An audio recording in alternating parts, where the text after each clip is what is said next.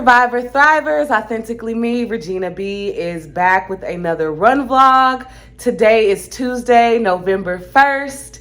Today is run day 3 for me, but it is the first run of November. It is a beautiful fall day. It is 70 degrees outdoors. It is sunny. Look, I'm gonna turn this way just so you can see a little bit. It is so beautiful outside, so I am going to get in a recovery run outside, and we're just gonna get after it. Yesterday was a speed interval, and the day before that was Sunday long run. So today I'm really gonna use this to just recover, to practice running, you know, on hills and things like that. And I plan on vlogging until November 1st, every day until November 5th, which is the day of the half marathon race. So I'm about to walk my daughter to school, and then I'm gonna get after it.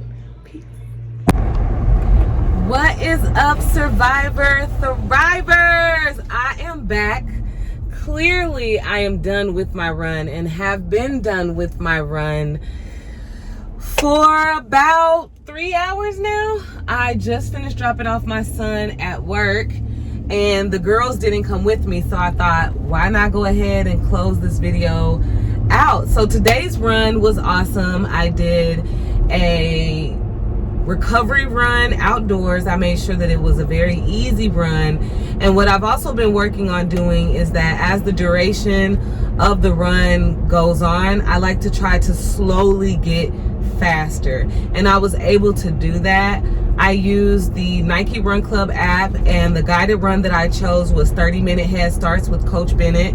It's a part of the mindful running series, and I really enjoyed it. So whenever he does the head starts, he gives you a series of questions to answer, and he'll go quiet and just give you something to think about while you're on your run.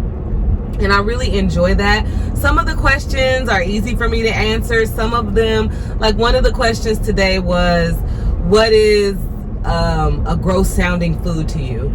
And so his producer said butternut squash, and then he said sour cream. And I was like, yeah, but I couldn't really think of one that I couldn't really think of one. Like, I don't know. You know, I thought spotted dick. And that is, or a hole in the toad in the hole or something like that. And I just got that from watching Durrells on Amazon Prime. Durrells of Corfu. It's a really good show. So I really enjoyed that. Some of the other questions were easier for me to answer. Like the very first one was, how does it feel when you first start your run? Like, what does it feel like for you? And for me, it feels like stepping out on faith. That's why whenever I step out of my door, or even if I step on my treadmill to run, it's an act of faith for me. So I really enjoyed it. It was 30 minutes in length, but by the time I was done, I was so close to 5K that I was like, I'm just gonna go this extra like 5 minutes. And, you know, why not clock a 5K on a Tuesday? 3.12 miles, done. So the run went really well. The total time I was out there was probably about like 60 minutes, an hour. And on the first 2 hill pushes, I ran the entire time. And then the third hill push, I decided to walk. I was like, I'm just gonna walk up this hill, give myself time to recover, recalibrate, and then, ooh, that car was coming fast. Yes, sorry. And then after that, that car was coming so fast. Like, sometimes cars be coming so fast on these little side streets, and it's just like, baby, why? But you know what? Let me not say why, because sometimes I drive fast too, so let me not judge, not least she be judged, because I be driving fast sometimes too. So yeah, the first 2 hill pushes, I ran them, and I really wanted to just test out my legs and my lungs and my form to see how I did on them. And once I got over them and I crushed them, I was like, the next ones I walked. But it was a really great run. You know, I really felt like the work that I have been putting in is really paying off for me.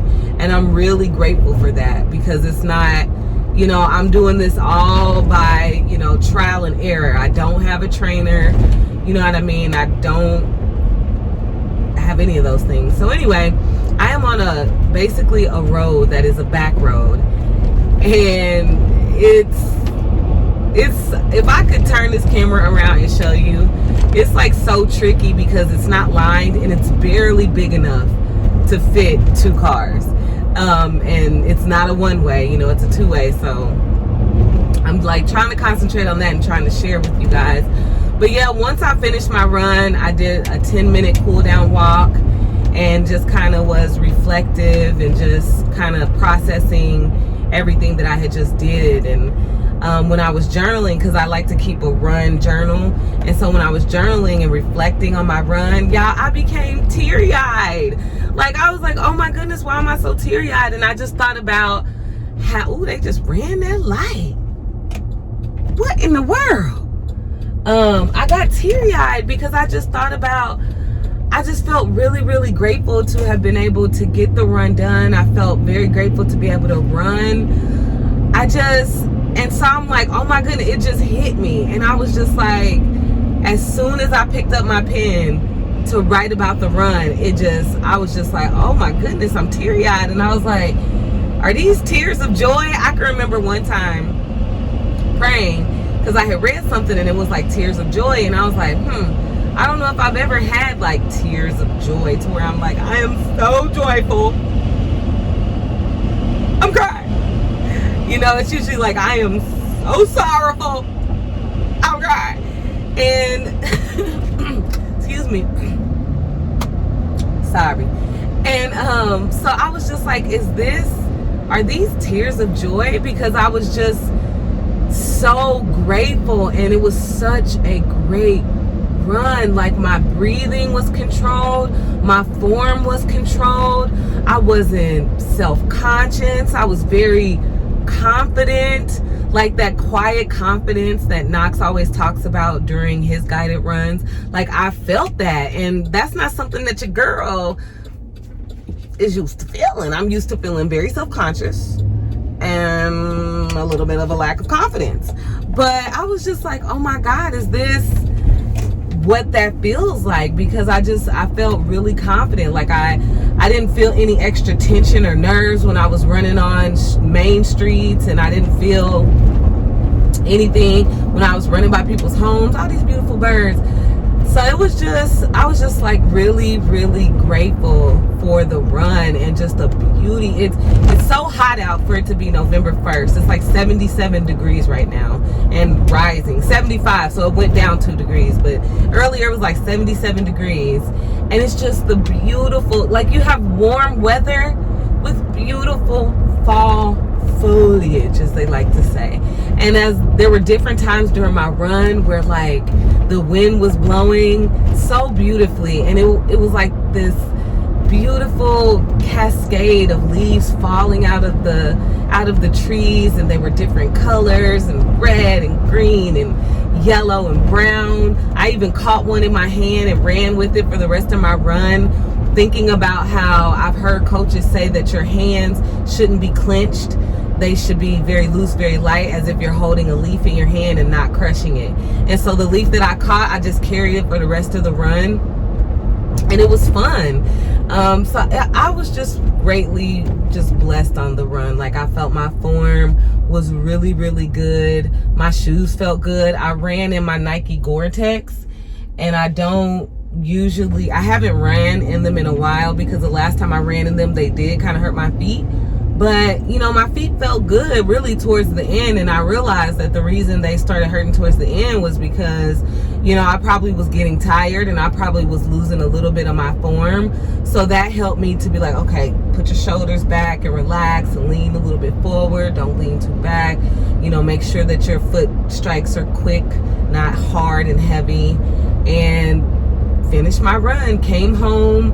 I did the 10-minute sun salutation yoga session on the Nike Train Club app, and yeah, like it was just great. It was a great run, and I'm just super grateful. So I dropped my son off, and now I'm headed back home. But this evening is gonna be like boom, boom, boom, because dropped my son off. It's 4:49. So at 5 o'clock we have a parent-teacher conference. Then at 5:40 we have another parent-teacher conference. And my two oldest daughters go to the same school, and we realized that their parent-teacher conferences are at the same time. So we're gonna have to figure out like what we're gonna do as far as that's concerned, because neither one of us, like, we could split up and one go to one and one go to the other, but neither one of us want to miss either child, you know. So we're gonna get that done. I was talking to my friend earlier, and I was like, I know only you would get it. Like, when I was young, parent-teacher conference, I now realize, made me so anxious. Like, now looking back on it, I realized that I was dealing with anxiety. Like, I would have butterflies in my stomach. I would be super duper nervous because I always knew that I was going to get in trouble about something. And so I was sharing that with my friend, and she was like, right? She was like, girl, me too. Like, it was always something. It was always something. Like, even if, my friend was funny, she said, even if everything was good and they said, well, she has a little bit, she leaves a little bit of a gap in the line. She was like, my mom would be like, why are you leaving a gap in the line? And I'm like, exactly. Like, I just, yes, but my children are always excited. And even my son, like, right now he's a senior, so he's over it. Obviously he's like, okay, yeah, I can go up there. But like, when he was younger, and then my little kids, they were always so, they are excited. They're like, don't forget, parent-teacher conference is at 5:40. Don't forget, parent-teacher conference. So I really, really enjoy that. And then just thinking back to it, and my friend was sharing how she saw a TikTok that talks about like how different anxieties and traumas really occur like when you're a kid. Because now sometimes I feel nervous at different times of day, and I don't even need to feel nervous at that time of day. I just feel nervous. And usually it's around like 3:30, 4 o'clock. And not to just, you know, harp on my mom, but that was usually like the time I knew that she would be leaving work. And then I knew about 5:30 is when she would be like showing up home. And so I noticed in my adult life, sometimes for no reason, I'll start to feel anxious around that time. And it's like, why am I anxious right now? But I have pulled back up at the house. I need to get in here. It's 4:52, and we are going to go up to my youngest daughter's school and have a parent-teacher conference. Thank you guys so much for rocking with the channel. If you're not subscribed, why not? And you can hit the little bell if you want to be notified whenever I upload, especially if you're interested to know how my first half marathon goes.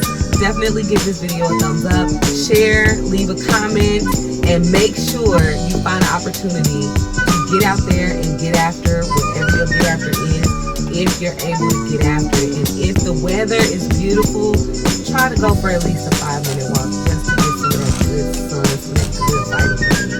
I love you. God loves you so much more.